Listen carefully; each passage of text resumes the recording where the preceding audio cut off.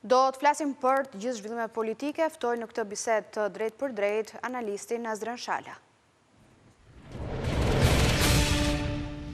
Azren, përshëndes, mirë se erdhe.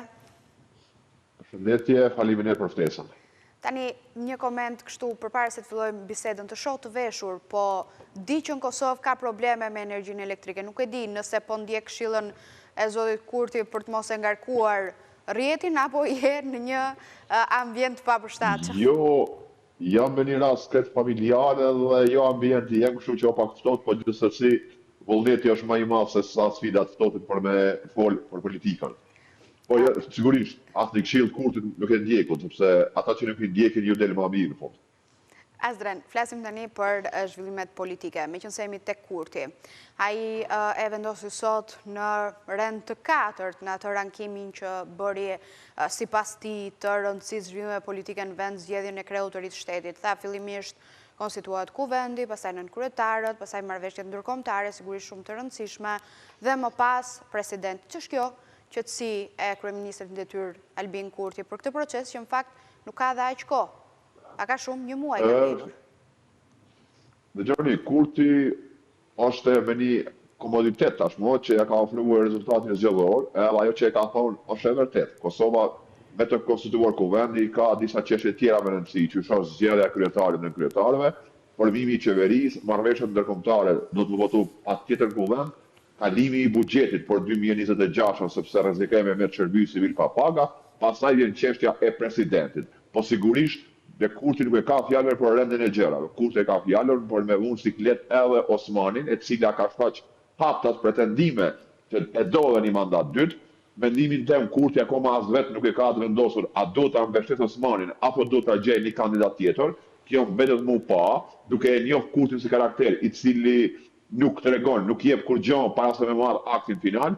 Unë e mendoj që ka me qenë surprizë deri ditën e fundit kush do të jetë ose kush do të mbështetet nga vetëvendosja për president. Pra, a do të jetë prapë Vjosa Osmani, a do të jetë një figurë tjetër, për kjo e parëndësishmo, sa është i rëndësishëm një fakt. A do të votojnë partitë opozitare presidentin, a do të qëndrojnë në sallë më saktë, sepse vota atyre nuk është e nevojshme, por i nevojshme është qëndrimi në sallë për me apo korumin. Ju e dini, me Kushtetut Kosovës, duhet të jenë në sallë të deputet. Pa që janë të deputet, atëherë vendi shkon me automatizëm të zgjedhjeve. Kjo është, domethënë, pyetja dhe sfida jeme, sfida qytetarëve sot përballë këtij procesi. A kemi pas të deputet prezent kur të nis seanca e presidentit ose presidentës? Kjo mbetet më pa.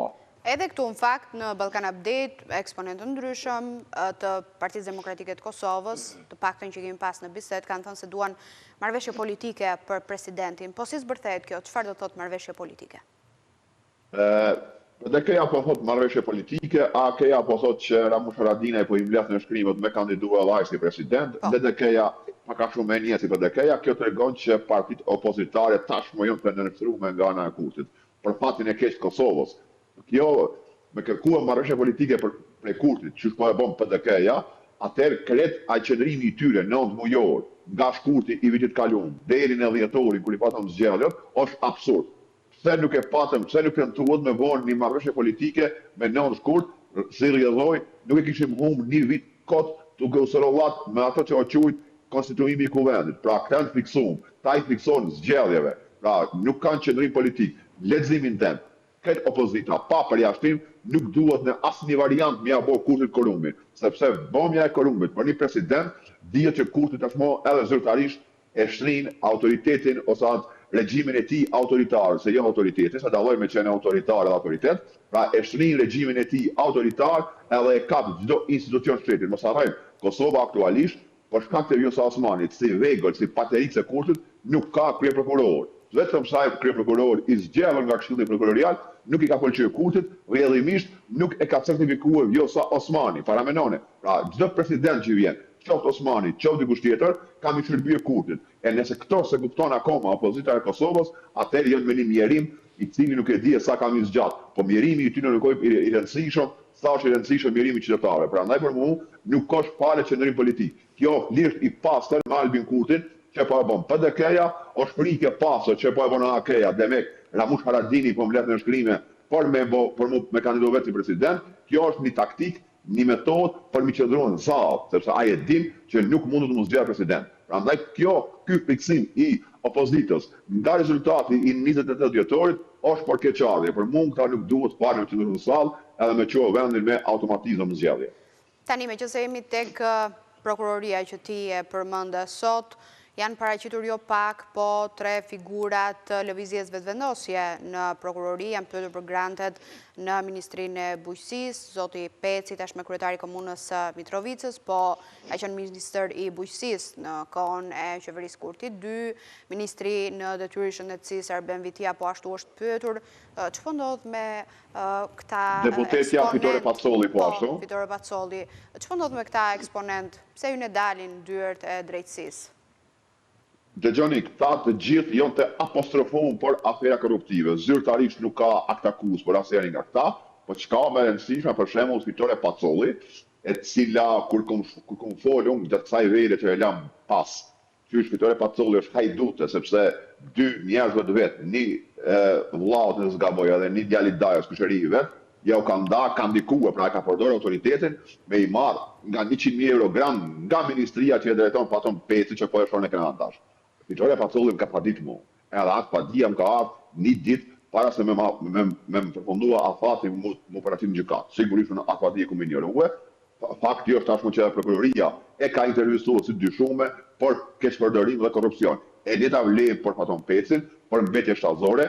Paton Peci është më e rënd, Paton Peci ka dhënë pronë publike me qera një kompanie private, me afat kohër 20 vjeçar, ndërkohë me ligjet tona në fuqi, nuk mundet shteti mi dhon asnjë kompanie, asnjë privatniku, tokë ose lokale me qira ma shumë se 15 vjet. Kjo është shkelja e parë, aty ka dhe një varg shkeljeve, pra unë mendoj që për Paton Pecin paktën, ka më ngrit akt akuza, normalisht dash më kry kjo punë qysh ngrihet herës, por me që një pjesë e prokurorëve friksohen nga ky pushtet, një pjesë e prokurorëve shantazhohen nga ky pushtet, e kanë pak ma frikë me vendos. Po unë ala kam shpresë që ka prokuror patriotë të guximshëm, edhe do të ngrit akt akuzën për keqpërdorim detyrë zyrtare, për hajni, për korrupsion, Paton Pecit normal nuk me të mbrapa as Fitore Pacolli, as Arben Vitia.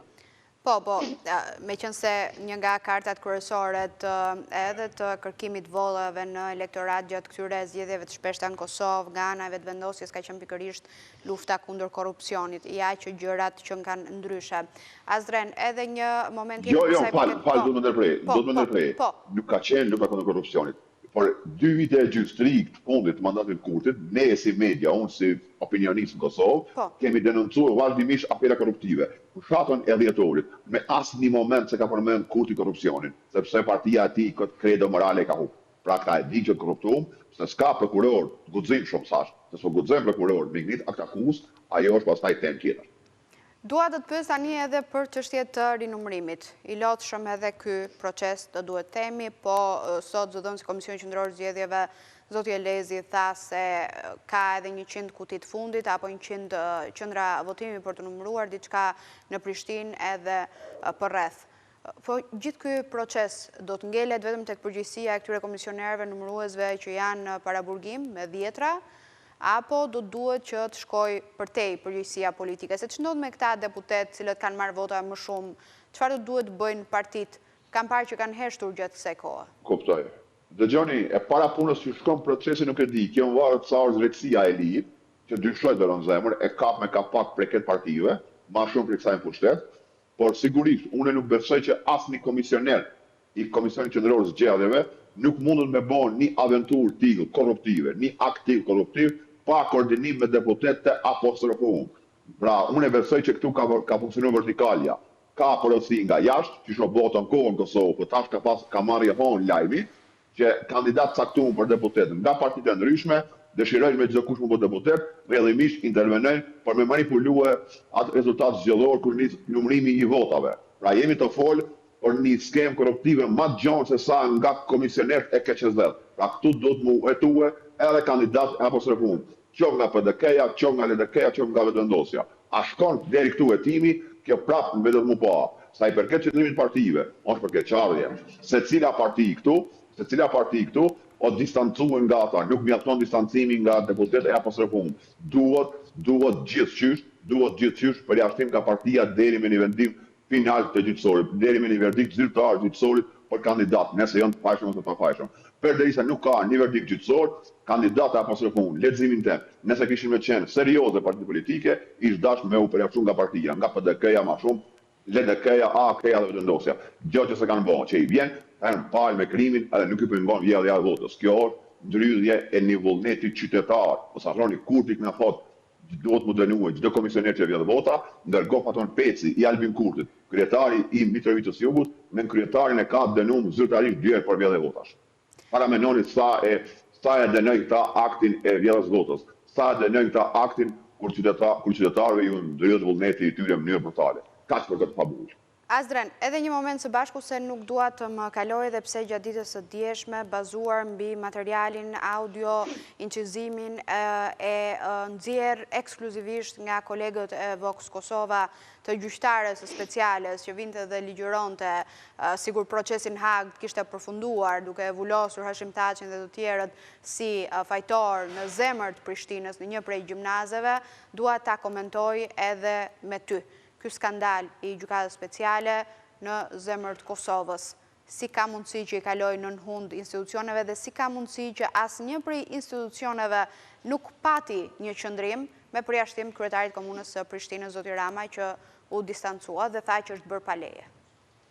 Nuk mjafton distancimin në radhë parë zotit Rama, duhet në fillimisht akti i parë që i dashme qenë i pashmangshëm është përjashtimi, suspendimi nga puna i drejtorit të asaj shkolle që ka emrin Gjedhet Doda.